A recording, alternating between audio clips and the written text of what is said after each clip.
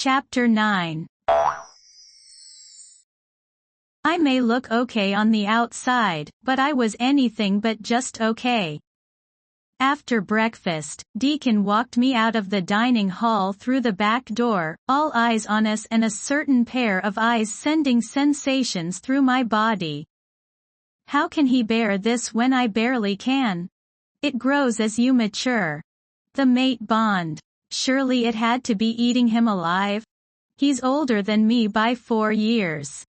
Deacon and I trekked on through the forest beside the pack house, rounding up the hill toward the cliffs of lush clovers, which looked out onto our territory. Once I was safely at our secret spot, he pulled me close, giving me a tight hug. I took in his scent, letting it relax me. We sat there for a moment in silence, overlooking the entire pack lands from where we sat. Our secret spot was high up on the cliffs where the stream at the top fell down the rocks into a beautiful waterfall. The pack house was just below, diagonal from us, across the lake. Miles of the lake was visible from this vantage point until it curved to the right into no man's land. The woods to the right of the pack house led uphill to thick pines, and if you kept going, crossing the wide stream, you'd find our secret spot.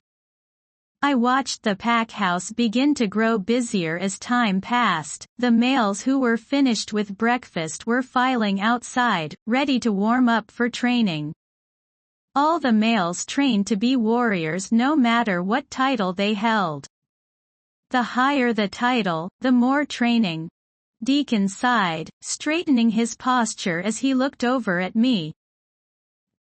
I have to go train, but I'll be done in 2 hours.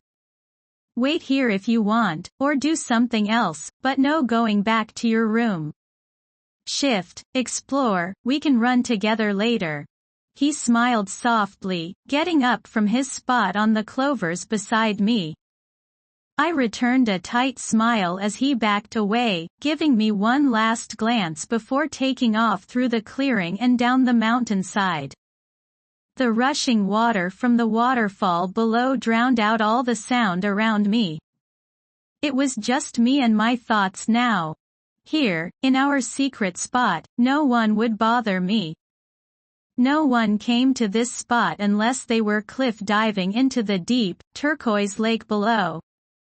It was a rock quarry a long time ago. Some have been here, but it's a little ways to get to the top of the cliffs, so no one really put effort into coming here. I was sitting in a cozy little clearing between the forest of trees. No one would find me here, thankfully. I watched the water of the stream flow down from the elevated grassy mountain behind me and down over the cliff, trailing over smooth stones on its course, dropping down a 30-foot waterfall before splashing into the lake. It was a beautiful and peaceful spot. Meadow flowers covered the clearing surrounding the shallow stream. Sniffing around, I found the rock that held my scent. My rock. I lowered myself onto the cool stone beside the stream, away from the ledge, and took my sandals off, dipping my toes into the crisp cool spring water. I allowed myself to relax as I lied down on my back with my head resting in the clovers, feet submerged in the tranquil moving water. The knots that had been twisting my insides for so long were letting loose. I sighed, feeling the calm feeling that's been so foreign to me. It was different not having to worry about anything here. This was a safe place where my mind could shut down and I could just feel. I closed my eyes, letting the sun graze over my eyelids in between the swaying branches as the wind blew softly, the only sound being the water trickling by my feet. I took in the smells surrounding me: fresh pine, a deer or two, meadow grass, clover, wildflowers, the wet earth of the creek. Peaceful. A sensation came over my skin, feeling like the sun was beaming on me, urgent and persuasive.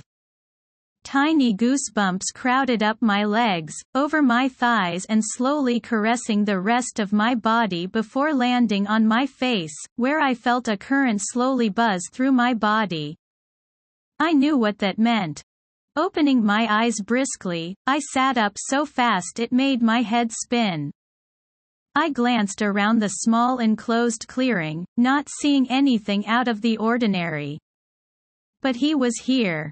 Focusing my body on the sensations I was feeling, I located a set of silver eyes peering at me from the dark shrubbery just behind me, where not long ago, Deacon had disappeared from.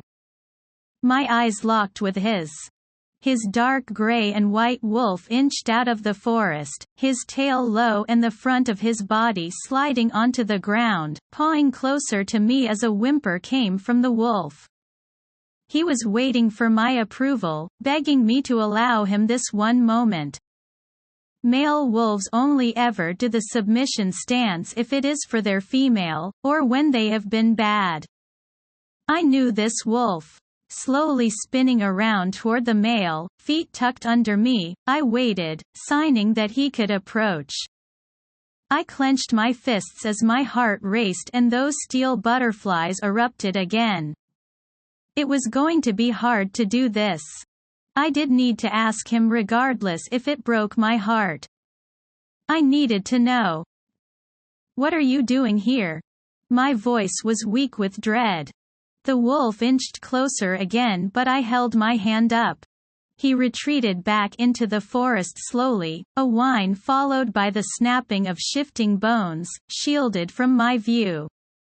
He came back out of the woods, standing tall with only a pair of jeans hanging from his waist, so low that the V-line of his hips was visible and I had to close my eyes to focus on reining in my wolf. We always kept clothes hidden in the forest. His presence was so close to me. I wasn't able to shake the wisps of his soul that gravitated toward mine. My eyes lingered up his body as I let my lids flutter open slowly. So strong. Muscles staring at me, such strong abs, a six-pack to be exact, his tan skin stretched by them. Pecs made of steel shifted under his skin with movement. His shoulders were broad, arms containing so much strength, cords of muscle, like steel cables under flesh, moving as his fists clenching. Unwillingly, my eyes traveled up to his handsome face, that strong jaw and prominent cheekbones, eyes as blue as the sky staring back at me. His presence screamed warrior. An alpha warrior. The future leader of the Crescent Moon Pack. I couldn't take my eyes from his. We were alone. Just the two of us, captured in a moment. The pain in those blue eyes was clouded with need, mimicking my own. He inhaled, closing his eyes as a shudder ran through his body. I did the same. His scent allowed my mind to relax, but my body was going into overdrive from the buzzing sensation thrumming through my veins. I felt him close the distance and I opened my eyes, widening them as my heart hammered out of my chest once he approached me with caution. He stood tall over my shaking form as I sat still, peering up at him. Green grass looking up into a blue sky was how I could describe our eye contact. Zarin. I breathed his name, watching as he shuddered from his name gracing my lips. His attraction towards me was pungent. Nova. His voice had the same effect. My fingers dug into the earth to steady me and keep the wolf at bay. His voice was like liquid ecstasy as it came out. "I think we should talk."